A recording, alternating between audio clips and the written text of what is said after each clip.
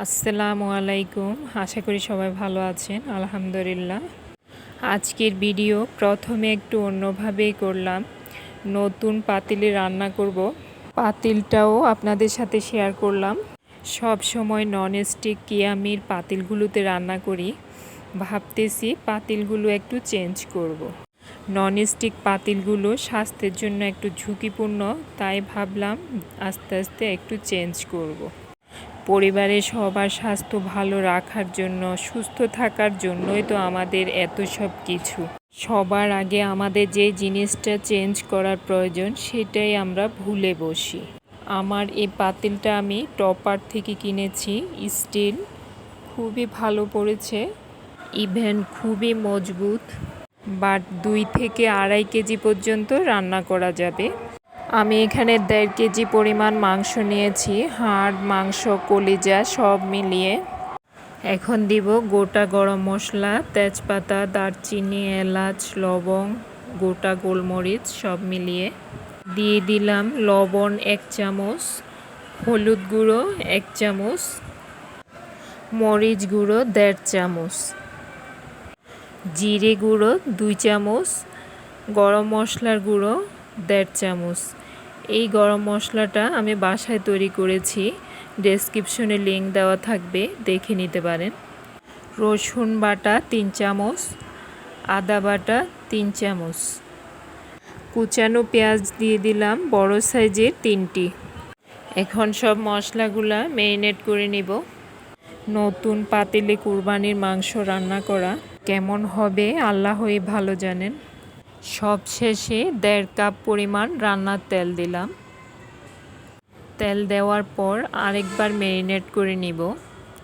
এখন ঢাকনাটা দিয়ে চুলার ফ্লেম মাঝারি আঁচে রেখে 10 মিনিটের জন্য চুলায় বসিয়ে দিলাম। ফিরে এলাম 10 মিনিট পর। আমি মাংসটা ম্যারিনেট করার সময় কোনো পানি দিই নাই, বাট মাংস থেকে অনেক পানি বের হয়েছে, মনে হচ্ছে এতেই কষানো হয়ে যাবে।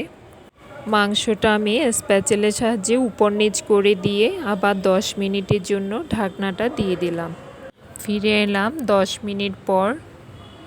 মাংস থেকে যে ঝোলটা বের হয়েছিল অনেকটাই শুকিয়ে গেছে। এখন একটা মাংস চেক করে দেখব কতটুকু সিদ্ধ হয়েছে। পাশের চুলায় একটা পাতিলে গরম পানি রেখেছি, এখন এই পানিটা দিয়ে দিব। গরুর মাংস কষানোর পর কখনো ঠান্ডা পানি দিয়ে ঝোল দিবেন না, তাহলে মাংস জুসি, ইভেন সফট কনসেন্টটা থাকবে না, শক্ত হয়ে যাবে। তো আমি এখানে যতটুকু ঝোল দিয়েছি এতেই সিদ্ধটা হয়ে যাবে। 20 মিনিটের জন্য এখন আবার ঢাকনাটা দিয়ে দিলাম। ফিরে এলাম 20 মিনিট পর। এখন কিছু আস্ত কাঁচামরিচ দিয়ে দিব, ফ্লেভারটা খুবই ভালো আসবে, ঝালটা বের হবে না। মরিচটা উপর নিচ করে দিয়ে ঢাকনা দিয়ে চুলাটা অফ করে দিলাম। ফাইনালি হয়ে গেল নতুন পাতিলে কুরবানির মাংস রান্না করা। মাশাআল্লাহ, কালারটা অনেক সুন্দর হয়েছে মাংসের। দেখতে যতটা সুন্দর হয়েছে কালার, খেতেও কিন্তু অনেক টেস্ট হয়েছে। অতিরিক্ত মশলা ব্যবহার না করে সাধারণ মশলায় গরুর মাংস কিন্তু অনেক টেস্ট হয়। তো আমি কিন্তু কোরবানির দিন যেভাবে মাংসটা রান্না করা হয় সাধারণ মশলা দিয়ে সেভাবেই রান্না করেছি। স্বাদে কিন্তু অতুলনীয় হয়েছে। আশা করছি ভিডিওটি ভালো লেগেছে।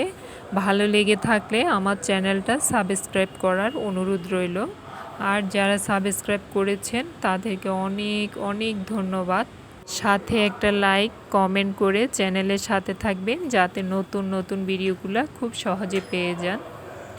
আপনাদের একটা লাইক, কমেন্ট আমাকে অনেকটাই অনুপ্রাণিত করে, ইভেন নতুন কিছুতে উৎসাহ প্রদান করে।